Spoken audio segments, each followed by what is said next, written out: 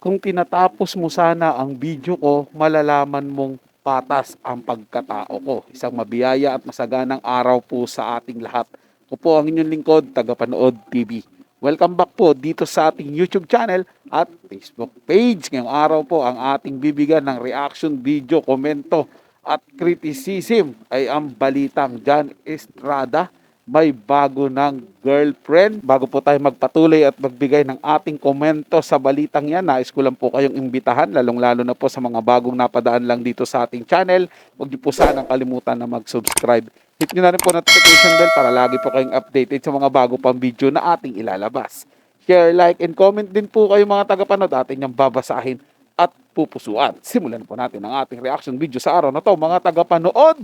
Let's do this! John Estrada nagsalita na tungkol sa kumakalat na viral video at ang relasyon nila ni Lily Holman, ang babaeng foreigner na nakitang kasayaw niya sa isang bar sa Boracay. Nagsalita na rin siya tungkol sa estado ng kanyang relasyon kay Priscilla Meireles. Ito ang buong storya. Nagsalita na sa wakas sa aktor na si John Estrada matapos kumalat ang mga videos kung saan nakitang may kasayaw siya na isang babaeng foreigner na kinilalang si Lily Holman. Ayon sa mga kumakalat na rumors, girlfriend daw niya si Lily at hindi na daw maaayos ang marriage nila ngayon ng kanyang asawa na si Priscilla Meireles. Sa kanyang Instagram stories, dito na nagbigay ng kanyang reaksyon si John Estrada tungkol sa kinakaharap niyang mga issues sa ngayon. Nilinaw ni John na hindi daw niya girlfriend si Lily Holman at wala siyang ibang babae.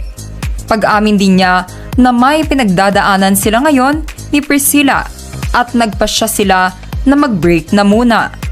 Niremind din niya ang mga fans na ito ay isang private family matter at nakiusap siya ng privacy para masolusyonan nila ito. Ayon kay John, Priscilla and I have mutually agreed to take a break for quite some time now. There's more to this story, but the last thing I want to do is to hurt the people I love. I want to make it clear that I am not in a relationship with Lily Holman or any other woman for that matter. I just met her in Boracay.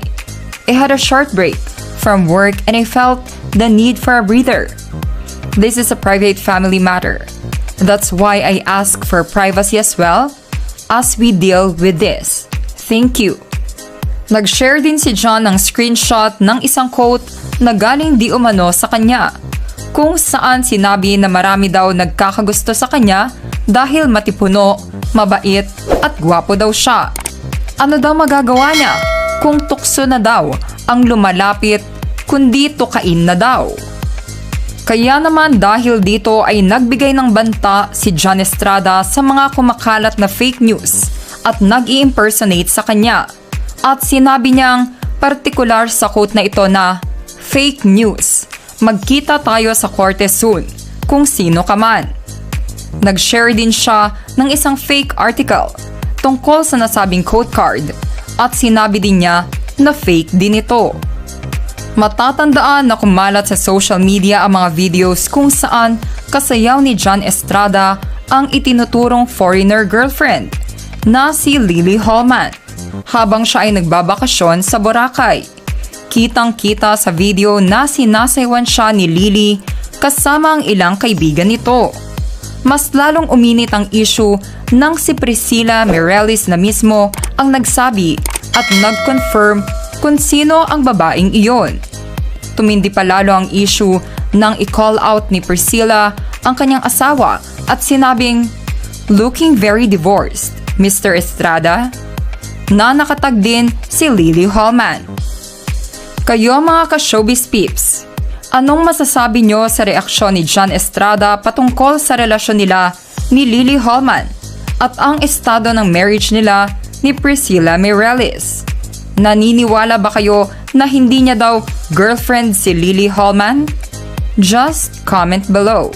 Well, sa totoo lang po mga tagapanood, hindi po talaga tayo. Wala po man sino sa atin yung magsasabi na ito yung katotohanan.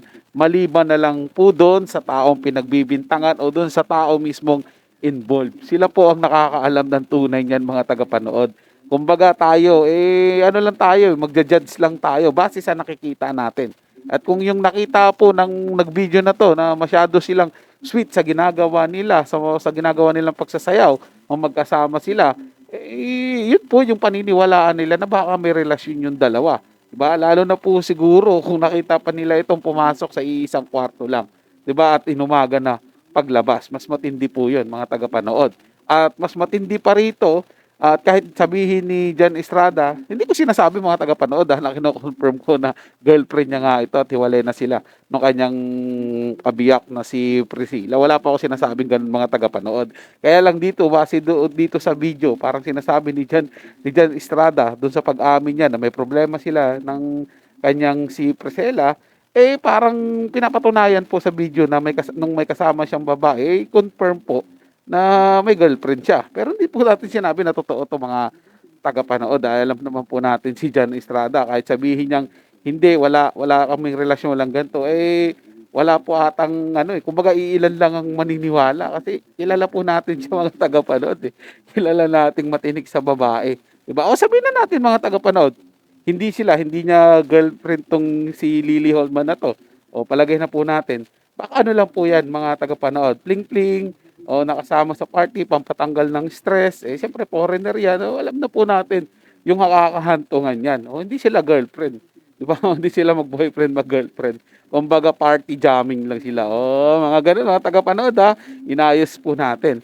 Pero sa kaso po ni Priscilla, siyempre sa part niya, ako, babae ako, siyempre, ganyan na ganyan din ako noon. Nung nakadate ko yan si Jan Estrada, ganyan-ganyan din, nakakasama. Siyempre, alam niya na po kung saan patutungo yung ganyang mga issue, mga tagapanood. Kaya nag-call out siya ng gano'n na divorce, Mr. Estrada, tapos kinall out niya din yung babae, si Lily. So, hindi na po tayo magugulat dito, mga tagapanood, kung minsan, kung isang araw may lalabas na balita na tuluyan ng naghiwalay itong mag-asawa na to. So, parang ang mangyayari po dito, mga tagapanood, ginawang reality ni Jan Estrada, yung karakter niyang si Rigor, na mayroong third party. Ginawa niya pong reality. Wala pong magagalit. Opinion ko lang po ito mga tagapanood. Malaya po kayong magbigay din ng inyong reaction, komento, opinion dito sa ating comment section. Lagay niya lang po dyan. Pag-usapan po natin yan.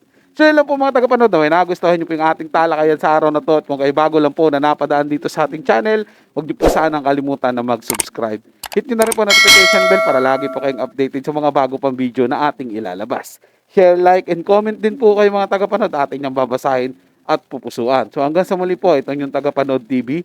Komento at opinion lamang. Wala pong personalan. Paalam po at mabuhay po kayong lahat.